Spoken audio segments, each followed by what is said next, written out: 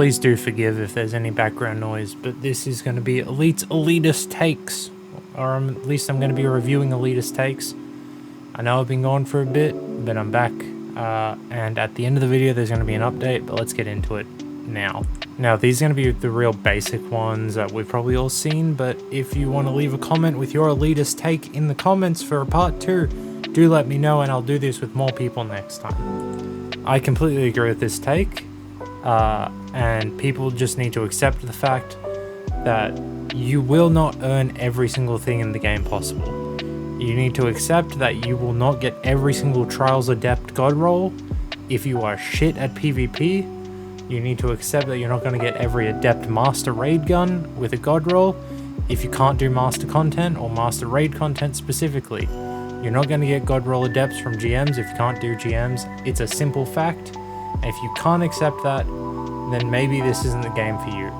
You need to be able to accept that not everything is going to be obtainable to you if you're not willing to put in the effort.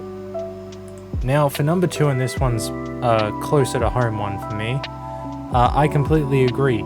You absolutely should not be going into Master Raid content if you are not knowledgeable in every single role in the raid, as well as you do not have a optimal loadout. For example, my raid team back in the day when Vow of the Disciple had come out recently, we were running Master challenges every week and doing the raid, and eventually got to the 4th week with Rolk. One of our team members decided to bring a Thresh bow into the raid. And this was the Izanagi hop swap meta with the rocket, and I just kind of casually asked him, why are you not using Izanagi? Like, that was just a general question. I wasn't trying to have a go at him. He got real defensive and said that his damage is fine and we're doing fine on damage. My reply was, that's nice, but if you were using the meta loadout, we'd be doing more damage and it would be done even sooner. And he got real butthurt about this. Not gonna out who it was or name who it was, but it's things like that where he also kind of sat back and he would refuse to do rolls and always chose the ad clear roll and wouldn't want to learn. Yet he would consistently want to be part of these master raids. It's people like that that ruin it for others, because if you cannot do every role, if you're not going to bring an optimal loadout to get through the actual thing, then you shouldn't be in it. In a normal raid, it's a different story, because normal raids are quite of a piss take, if I'm being honest, and it's so easy to do them these days. But, as I said, not really an elitist take, just an average take. Now, much like number 2, number 3, I'm not going to read this because it's fucking long. In fact, I'm not reading any of these because I'm sure you can read them yourself. This is not really an elitist take. I feel like this is a normal take. If you're joining an LFG and it says have a mic and you don't have a mic and you join and then get kicked, it is completely your fault. You should read what is required. If someone says know what to do in a post and you join and you don't know what to do and you don't tell them and you start fucking up the raid for everyone else, you are at fault. It's not the raid leader's job to vet every single person who joins. Maybe in a master content sense, if you're doing Master King's Fall or Master Salvation's Edge, at that point you should be vetting who you're playing with, just to make sure. In a normal raid setting or a GM setting, probably not as much, but you should be able to read what is required and go from there and be able to say, yeah, I'm not equipped for this, or I am equipped for this. I'll be real, when I was researching, I just kind of came upon this one and I thought it was funny, so I'd throw it in the video. Yeah, Gambit isn't hard. It's just a terrible game mode. Like, there's no other comment or much more to say about it. It's just not fun. Plus, Bungie have low-key abandoned it. Well, actually, they abandoned it like 6 years ago when it came out. But, no, Gambit's not hard. Back when Gambit first came out, I would say that the difficulty was a little bit higher, but that's just because Gambit was new. In the current setting, it's not hard, just no one wants to play it, and the only people that are playing it are sweats. So it might be a little bit harder for people coming in or people who haven't played it for a while. But apart from that, Gambit is not hard. This isn't really an elitist take in my opinion, it's just funny, and I thought I'd throw it in. This one's going to be a little bit more controversial. This is definitely an elitist take, but I think it is a fair elitist take. For the most part, dungeon titles and raid titles, in my opinion, are too easy to get outside of needing the master completion, as well as doing the solo. A lot of dungeons aren't that difficult to solo, the last few have been kind of hard. Sunder Doctrine is pretty easy, and I did that within the first week, I think. Vesper's Host took me 3 or 4 months simply because I couldn't be bothered with the final boss's health bar. Ghost of the Deep was ridiculously hard. But I do think it's justified to have them required for a title.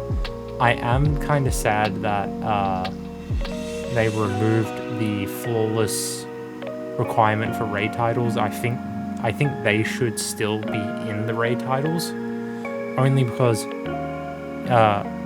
mastering a raid, get this, you should be able to do it without dying. The only caveat that I will say to that is that flawless raids required for a title should be individual based, not team based. Only because if you go through into a raid completely flawless, then you should get it.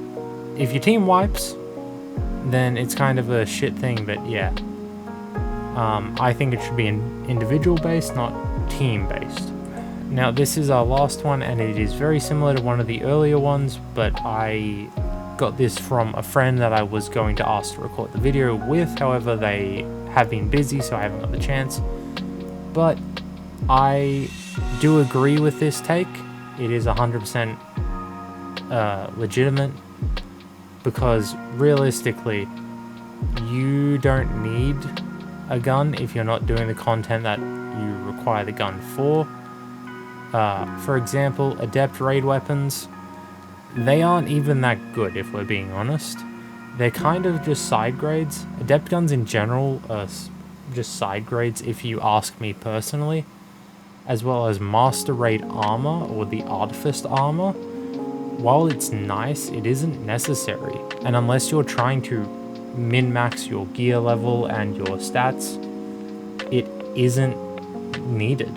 You're not, like, your average player doesn't need triple 100 stats to go into a story mission. Your average player who's engaging with the seasonal story once or twice a week, they don't need artifice armor. So if they aren't able to get stuff from master raids or dungeons or GM Nightfalls that is considered the best loot in the game, they probably don't need it, and it's as simple as that. Now that's it for the elitist takes. This part is going to be a little update / notification of things to those who made it to the end of the video. But before I do that, I want to say thank you for watching. If you did enjoy the video, please subscribe. Let me know your elitist takes in the comments below, and I will make a part 2 if there is enough interest. Now, for the updates. The first thing that I want to update everyone on is recently on my Twitch, here it is, twitch.tv/InfernalElite, or InfernalXElite, I can't remember which one it is. We recently hit affiliate. Woo, I get paid for Twitch stuff now, let's go.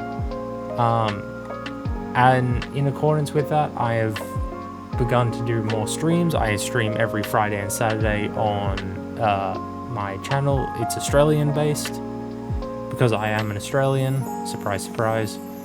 So for Americans it would be Thursday morning sometime. I don't think Americans really watch me. But next week we will have 1 or 2 interesting streams. that will be miniature painting focused. So if you want to join for those, I am thinking of turning one of the streams into a video if I can be bothered, simply because editing streams is a lot of work and I already struggle with this type of editing. Other than that, there have been a few other projects that I've been working on, which is why I haven't uploaded since the Warhammer video, the Blood Angels video.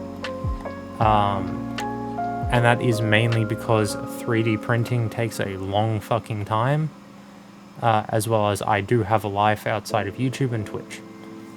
But that is it for the updates. Thank you all for watching the video. If you did watch the update segment, please do like, subscribe, comment what you want to see next, any of your elitist takes, or just call me a prick in the comments if you really want to. Thank you for watching. I'll see you on the next one.